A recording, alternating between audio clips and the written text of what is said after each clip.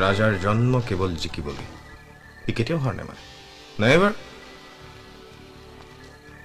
মোৰ জীৱনৰ পৰা তিনাক জিকি তই লৈ যাব খোজোতেই কেনেকে মই তাক মোৰ কব্জালৈ লৈ আহিলো তো পাহৰি গলি